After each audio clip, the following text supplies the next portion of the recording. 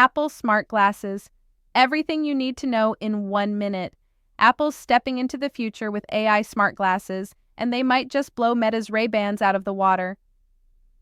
Launching in late 2026, these glasses are packed with AI-powered features, directly integrated with Siri. Unlike Meta's Ray-Bans, Apple's version could offer live translation, turn-by-turn navigation, music, and hands-free calls.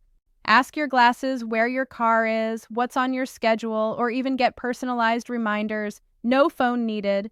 Apple's superior cameras will deliver better quality photos and video than anything Meta offers. And thanks to iOS syncing, notifications will be smarter, only what matters when it matters.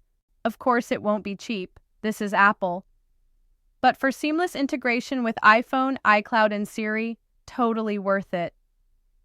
Final montage of Apple ecosystem visuals: iPhone, Apple Watch, smart glasses, Apple smart glasses, Charles future ready. Whether you're biking, creating content, or just living smart, Apple's glasses could change how we see the world. Drop a comment. Would you buy Apple's smart glasses? Like and follow for more tech updates.